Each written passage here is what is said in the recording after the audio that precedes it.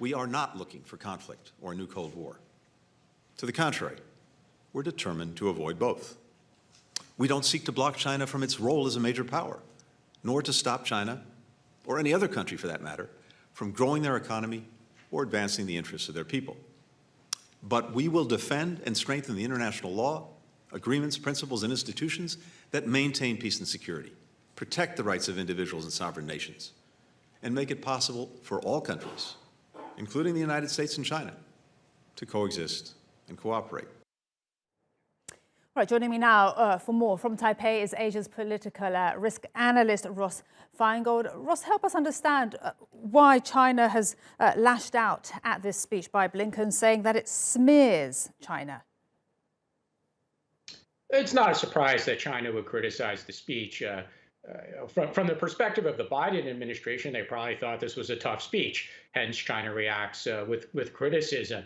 There wasn't a lot of language about being China's friend. There was some language about cooperation or not wanting to hold back China. But again, from China's perspective, this was critical. I mean, the interesting thing about the speech, and actually some of the Chinese state media reaction noted this, was there wasn't really much new in the sense that much of what Blinken said has been said either by himself or other Biden administration officials in the time since the Biden administration took office in January 2021. So the people who wanted more, people who wanted to see a tougher line from the Biden administration are also going to be very critical of this speech.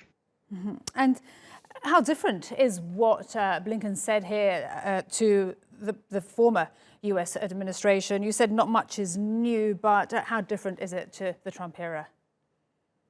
Well, the interesting thing about looking at that issue is in the final 2 years of the Trump administration, there were constant new initiatives with regard to China. They like to call it the all-of-government approach, whether that was from the State Department, Commerce Department, Justice Department, even the Education Department.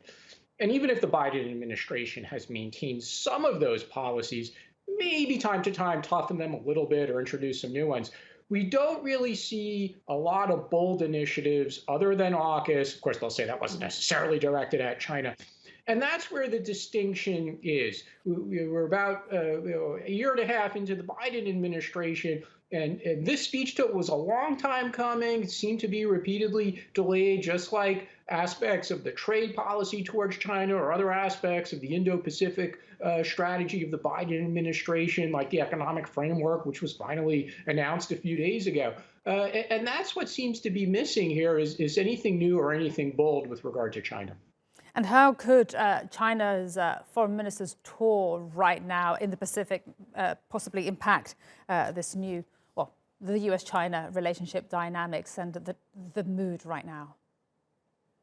Ultimately, we'll have to see what some of the Pacific countries agree to formally with China. A lot of media attention in the past few days over proposed security agreements with other countries very similar to the one that China signed with the Solomon Islands recently, which was very controversial and attracted a lot of criticism from Australia and the United States. So ultimately, there'll be talk and there'll probably be smiles and photo opportunities. And we'll see if any of the countries or many of them sign anything. And if they do sign something, then it shows that the Biden administration still has a lot of work to do to get these Pacific countries on the side of the U.S. or Australia when it comes to China issues, or conversely, that China still maintains a lot of influence, that these countries really want to do business with China.